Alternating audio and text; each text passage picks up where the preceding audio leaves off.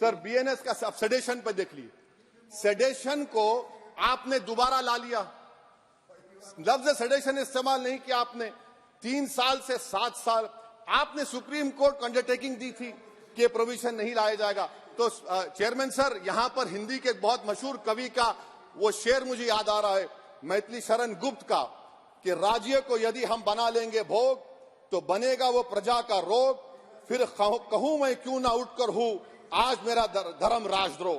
Karl Marx ने कहा था sir, history repeats itself first as a tragedy, second as a farce. आप clause 195 1D देखिए, it criminalises the making of publication of false and misleading information jeopardizing sovereignty integrity of India। वेग है, यानी जो कोई भी पत्रकार इन्वेस्टिगेटिव जर्नलिज्म लिखेगा आप उसको इस्तेमाल कर लेंगे और जेल की सलाखों में उसको डालकर आप सड़ा देंगे।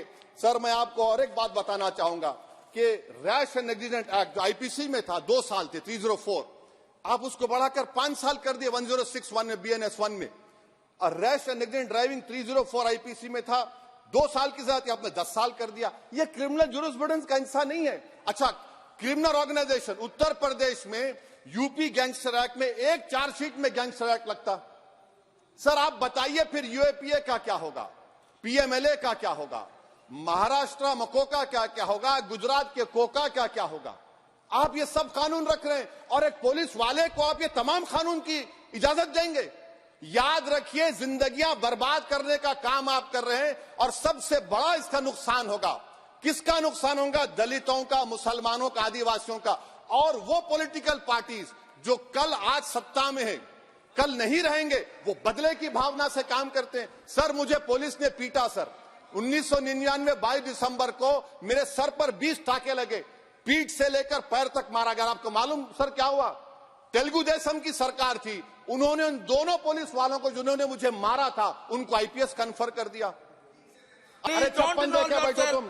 प्लीज आप बैठ जाइए। टेररिज्म का देखिए सर, आप बैठ जाइए प्लीज। यूएपीए का सर मैं खत्म कर, टेररिज्म उनको रोकिए सर। Okay please sit down. Sir terrorism का डेफिनेशन में आप देखिए, यूएपीए का सेक्शन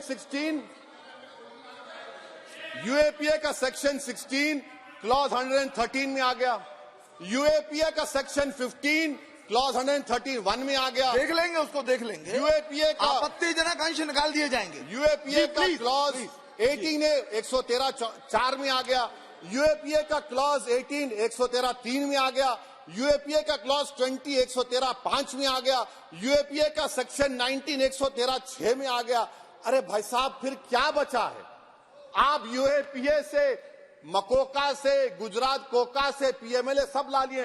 तो स्पीकर सर, मैं अपनी बात को खत्म करने से पहले मैं उम्मीद कर रहा था कि मैंने वजीर दाखिला का एक स्टेटमेंट सुना था अमित शाह साहब का, कि जब गुजरात के होम मिनिस्टर थे तो उन पर जुल्म किया गया, उनको दबाया गया। मगर हम ये समझ रहे थे कि जिस शख्स पर नाइंसाफी हुई है, जो वो क्लेम कर रहे हैं, तो कम से कम वो दूसरों से नाइंसाफी तो नहीं करेंगे। आप क्या कर रहे हैं? अरे ऐसे हजारों लोग हैं जिन पर जुल्म हो रहा है, ना उनके पास दलील है, ना उनके पास वकील है, ना उनके पास आजादी है। तो ये तीन सर मैं आखिर एक लव ये तीनों कवानीन हमारे मुल्क की जमहूरियत के लिए, इन गरीब तबकात के लिए नुकसानदेह साबित होगा। और ये सरकार को मैं चार्ज दे रहा हूं, आप चेक रिपब्लिक में निखिल गुप्ता बैठा है, लेके आओ ना उसको। कुलभूषण यादव पाकिस्तान में बैठा है, लेके आओ ना। कतर में हमारे फौजी बैठे, लेके आओ ना उनको। अरे कहां तुम्हारी देशभक्ति है? अरे निखिल गुप्ता को लाओ, इस कानून में इस्तेमाल करो। मगर वो नहीं बोलेंगे। मैं इस कानून के मुखालिफत में खड़ा हूं जो भारत की जमहूरियत के लिए खतरा बनेगा। शुक्रिया सर। श्री पुष्पेंद्र सिंह चंदेल।